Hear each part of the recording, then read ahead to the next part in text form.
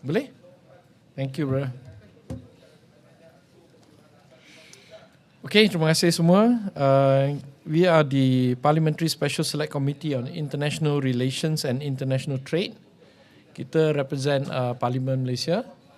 Ya, komiti ini terdiri daripada 9 anggota, 9 members, 6 from the government, 3 from the opposition.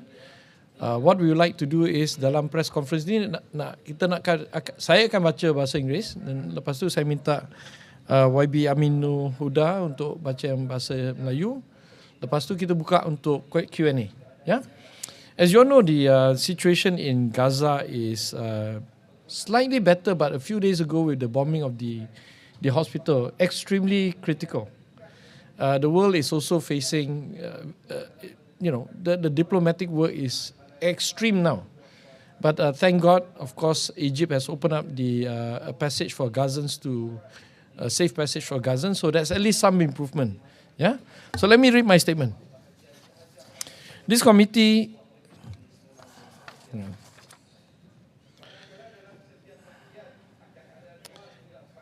The PSSC comprises a total of 9 members from Dewan Rakyat, with myself as the chairman, and the remaining members include Dr. Kelvin, Dato' Andy, Dato' Willie, Tuan Lee Howard, Tuan Haji Aminu Hoda, Dato' Wira, Dr. Koo, Tuan Wan Ahmad Faisal dan Dato' Haji Muhammad Suhaimi.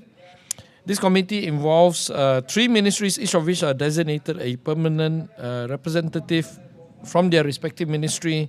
We basically look after the Ministry of Foreign Affairs, Ministry of Economy, Ministry of Investment, Trade and Industry.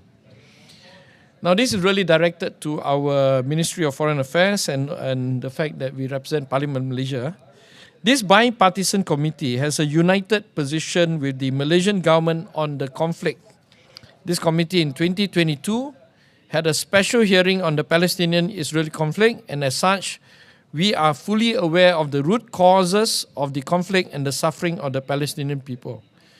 Malaysia has been consistent in condemning the atrocities and gross human rights violations perpetrated by Israel on the Palestinians for decades. Like the Malaysian government, we acknowledge that Hamas was democratically elected by the people of Gaza and therefore has legitimate authority in Gaza. We support the Malaysian government's position and its efforts in holding dialogues with Hamas and other parties to find a peaceful resolution to the severe conflict. We would also support our government's pledge to donate 100 million in humanitarian aid to all those affected. We are thankful for the opening of the Rafah-Gaza crossing and hope that this development will encourage better regional cooperation towards peace. The committee condemns all atrocities and urges the immediate cessation of hostilities. In accordance with the 4th Geneva Convention on Protecting Civilians During War, we condemn in particular the actions of Israel for cutting off basic supplies of water, electricity and gas to the people of Gaza, as these actions are tantamount to war crimes. Lastly, we urge the United Nations be given the mandate to mediate a ceasefire and manage the safe and orderly evacuation of all refugees on the refugees' terms. Thank you so much. Haji? Assalamualaikum warahmatullahi wabarakatuh. Kenyataan media Jawatankuasa Pilihan Khas, Perhubungan Antarabangsa dan Perdagangan Antarabangsa Dewan Rakyat Parlimen ke-15. Jawatankuasa bipartisan ini mempunyai pendirian yang selari dengan kerajaan Malaysia mengenai konflik yang sedang berlaku di Palestine, di mana anggota dalam Jawatankuasa ini terdiri daripada 9 ahli parlimen, 6 daripada kerajaan dan 3 daripada parti pembangkang. Jawatankuasa Pilihan Khas, Perhubungan dan Perdagangan Antarabangsa pada tahun 2020 telah mengadakan pendengaran khas mengenai konflik Palestin-Israel, dan oleh itu kami menyedari sepenuhnya punca berlakunya konflik dan penderitaan rakyat Palestin. Malaysia konsisten dalam mengutuk kekejaman dan pencabulan hak asasi manusia yang telah dilakukan oleh Israel ke atas rakyat Palestin selama beberapa dekad ini. Seperti kerajaan Malaysia, kami mengakui bahawa Hamas telah dipilih secara demokratik oleh penduduk Gaza dan oleh itu memperakui bahawa Hamas mempunyai kuasa yang sah di Gaza. Kami menyokong pendirian kerajaan Malaysia dan usahanya dalam mengadakan dialog dengan Hamas dan pihak lain untuk mencari penyelesaian secara aman ke atas konflik yang teruk dan berterusan ini. Kami juga menyokong ikrar kerajaan untuk menderma 100 juta ringgit Malaysia sebagai bantuan kemanusiaan kepada rakyat yang terjejas. Kami berterima kasih di atas pembukaan lintasan Rafah Gaza dan berharap perkembangan ini akan membantu menggalakkan kerjasama serantau yang baik ke arah keamanan. Jawatankuasa ini juga mengecam semua bentuk kekejaman dan menggesa permusuhan yang sedang berlaku segera dihentikan. Selaras dengan Konvensyen Geneva keempat mengenai pelindungan terhadap orang awam semasa perang. Sehubungan itu kami mengecam khususnya tindakan Israel kerana memotong bekalan asas air, elektrik dan gas kepada penduduk Gaza. Kerana tindakan ini adalah sama dengan pengertian jenayah perang.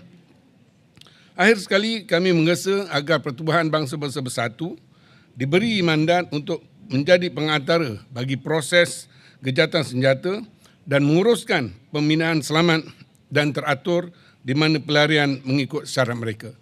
Terima kasih. Okay. Any question? Buka. Apa nama? Yep.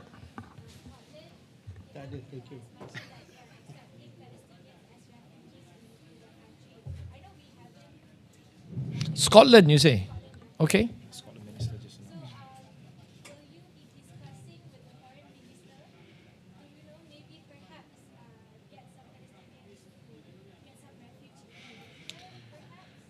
We have an open standing support for Palestinian all along, and if you go around KL, banyak juga orang Palestin dah duduk dan some of them even marry locals, yeah. So and their children are Malaysians already, right? So we will continue that, especially in this time of crisis. But the most important thing is to get the refugees across to Egypt, somewhere safe. Crossing back to Israel is not safe, right? So thank God the Rafah exit is now open, and then I think we can send a team there to the Rafah area and try to see whether we can, beyond the humanitarian, also help to bring some over back to Malaysia. Yeah, I think we will have that discussion with the Ministry of Foreign Affairs. What? No, I agree. Okay, soalan lain? Tanyalah orang lain, bagi dia on chance. Have you guys actually received what the Ministry of Foreign Affairs has done so far, like at least in the last 3 days? Adima? Okay, boleh? How about you want to share them? I mean, I can just give you a kind of rough idea. Saya baca apa maklumat yang saya dapat. Ini rasanya dah umum, cuma mungkin belum sampai ke pihak media. Tindakan Kementerian Luar Negeri setakat ini 7 orang ahli keluarga HBS Beirut tiba pada 16 Oktober dan 5 orang lagi telah tiba pada 17 Oktober diselamatkan. Sesi Dewan pada Rakyat pada 16 ini tak payah cakap lah sebab dah tahu diketahui umum. YB Menteri Luar terus menghubungi rakan-rakan sejawatan bagi berbincang perkembangan terkini di Gaza dan usaha untuk mengurangkan ketegangan serta pembukaan laluan kemanusiaan, dan dah dicapai. Perbincangan diadakan dengan Emirat Arab Bersatu, UAE, Brunei, Iran, Palestine, Arab Saudi, High Representative of EU and Foreign Affairs and Security Policy, Turki, Indonesia, Sekjen of UN, Antonio Guterres dan Egypt. 18 Oktober YB Perdana Menteri mengecam Israel, itu kita tahu. 22 Oktober pula YB Perdana Menteri akan mengadakan pertemuan dengan Presiden Republik Turki Recep Tayyip Erdogan bagi membincangkan krisis di Gaza. 23 Oktober YB Perdana Menteri akan ada pertemuan dengan Presiden Mesir untuk membincangkan benda sama dan juga untuk membincangkan krisis di Gaza dan juga penghantaran bantuan kemanusiaan. Malaysia telah cadangkan satu kenyataan bersama tiga pihak Brunei, Indonesia, Malaysia berhubungan isu Palestin. Usaha bersepadu NGO menyokong bantuan kemanusiaan kepada rakyat Palestin telah digerakkan dengan AAKRP. Kedutaan Besar Malaysia di Kairah, Mesir menjadi focal point bagi menyelaraskan semua bantuan kemanusiaan Malaysia kepada Palestin dari pintu kemasukan Rafah Gaza. Jadi kebanyakan benda yang telah dibincangkan di Parlimen hari itu dinyatakan dalam ministerial statement oleh Yang Amat Berhormat Perdana Menteri. Hari ini dah jadi kenyataan. Jadi tindakan susulan ada dua. Yang Amat Berhormat Perdana Menteri bersetuju dengan cadangan penghantaran sumbangan barang bantuan kemanusiaan kepada Palestin menggunakan 2 pesawat sewaan khas. KLN akan pantau situasi di lapangan berhubung pembukaan pintu sepadan Rafah Gaza dan akan cadangkan tarikh terdekat untuk penghantaran bagi memastikan berjaya sampai masuk ke semenanjung Gaza. Dan keduanya, Agensi Pengurusan Bencana NADMA telah dihubungi bagi surat kebenaran berbelanja SKB terkini berjumlah 1.9 juta iaitu USD 400,000 yang menjadi sebahagian daripada 10 juta yang telah diluluskan waktu pengumuman bajet oleh Yang Amat Berhormat Perdana Menteri. Okay, soalan tambahan. Wan, you say? Silakan. Saya dah buat kenyataan media saya tadi tengah hari sebenarnya di atas.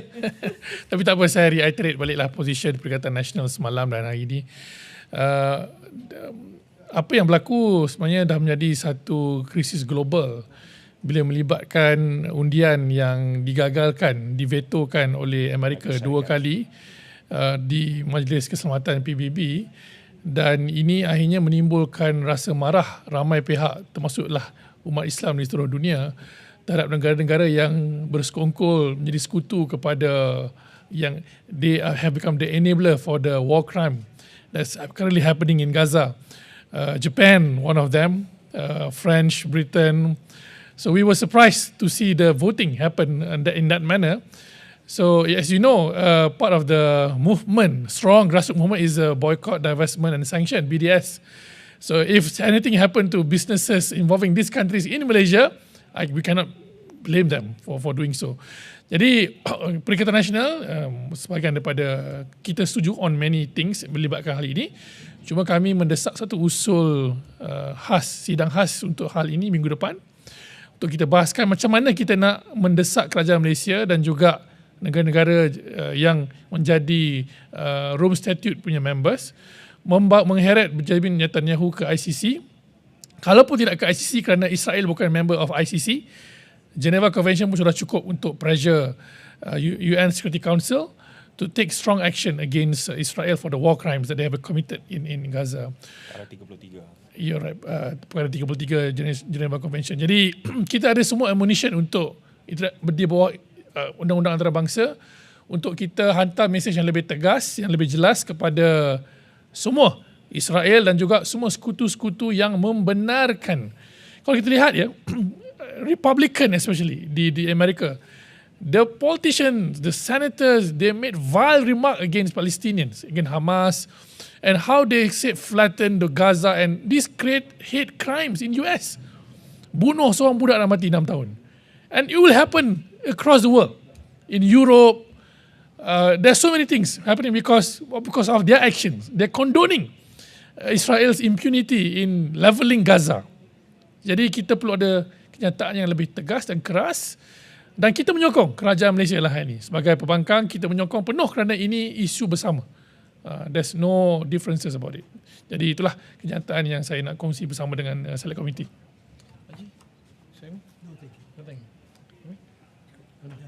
Okay? Sukses. Terima kasih semua. Okay, thank you. Thank you.